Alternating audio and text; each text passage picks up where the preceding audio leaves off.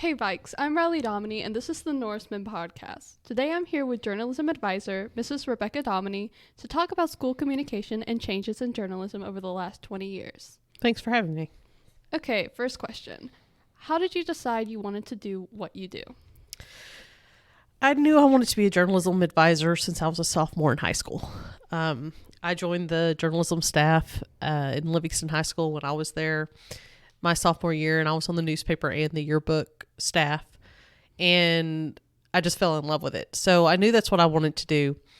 I went to college at A&M. I got a BS in journalism, and I graduated, and I wasn't sure what I was going to do because journalism jobs are not really, there's not a lot of them because there's like one per school. So I started looking for different jobs. I can teach English as well, but Onalaska, Texas, tiny little town, they were building a new high school and they never had a high school before. And so they offered me a job to start the program there. I took the job, and about 2 weeks later, I just really felt like God was telling me that's not where I was supposed to be.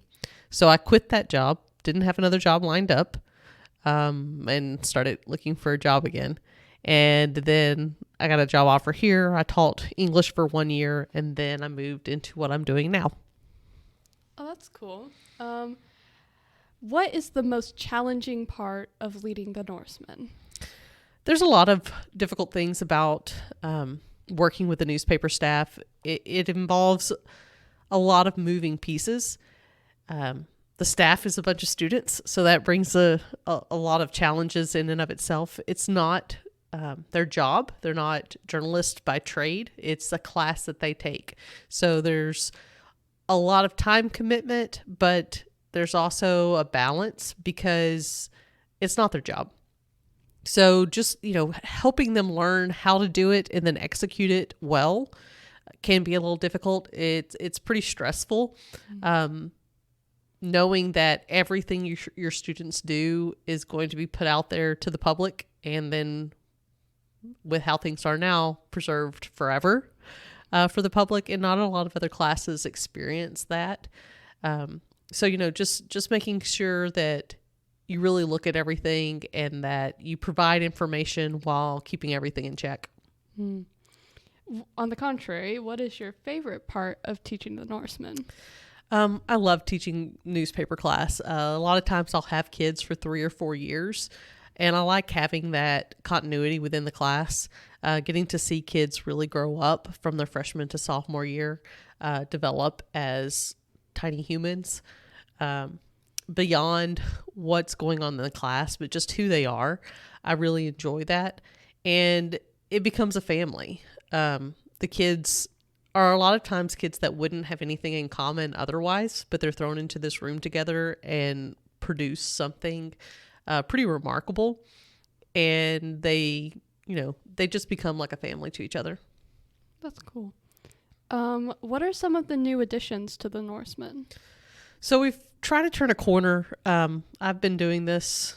I've been teaching at Bryan High for 20 years. And before that, I was in college. Before that, I was in a newspaper class myself. And I will tell you that when I started in newspaper, the books that we had didn't even mention the internet.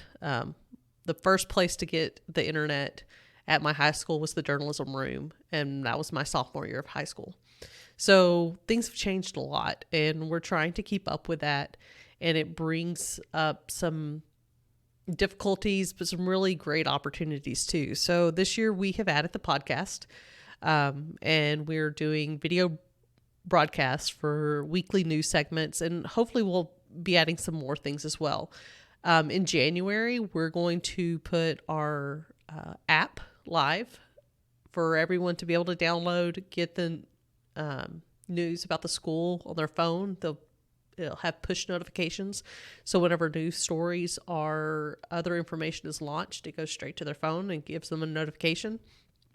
So we're just, trying to keep pace with the current standards of journalism while keeping everyone informed and still preserving what we've done in the past with a print paper, because kids really like to see their stuff in print. And there's just something about holding a actual paper. And why did you decide to make these new additions? Like I said, just to keep up, to make things more relevant to students, to help students keep more informed, parents keep more informed, just get information out there to them, but also give more of our students a voice. You know, the students have always done a great job doing coverage on feature stories and news stories about individuals at the school, whether they're teachers or students. But this way, you know, having a podcast with them, getting to hear a little bit more, and then still doing that written article to go a little bit more in depth, have some other voices, really complements each other. What is the most difficult part of keeping people informed? Oh, it's kind of like what they say about technology. You know, it's great when it works and awful when it doesn't. It's kind of the same thing with communication. We have more ways than ever before to keep people informed, but the consumer also has this expectation that everything is going to be delivered to them. And so we have found that it can become a roadblock if things take 1 or 2 clicks even to get information to them. So we want to make sure we're providing information that is easily accessible and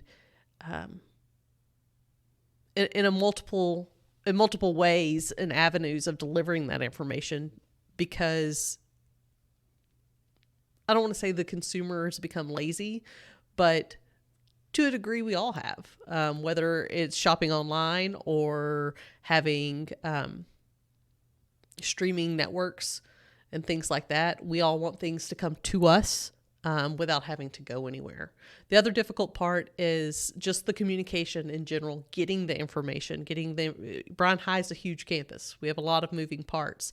So getting information from teachers, sponsors, coaches, all of those, and getting those into one place so we can send that out and communicate that to parents and community members can be a little difficult.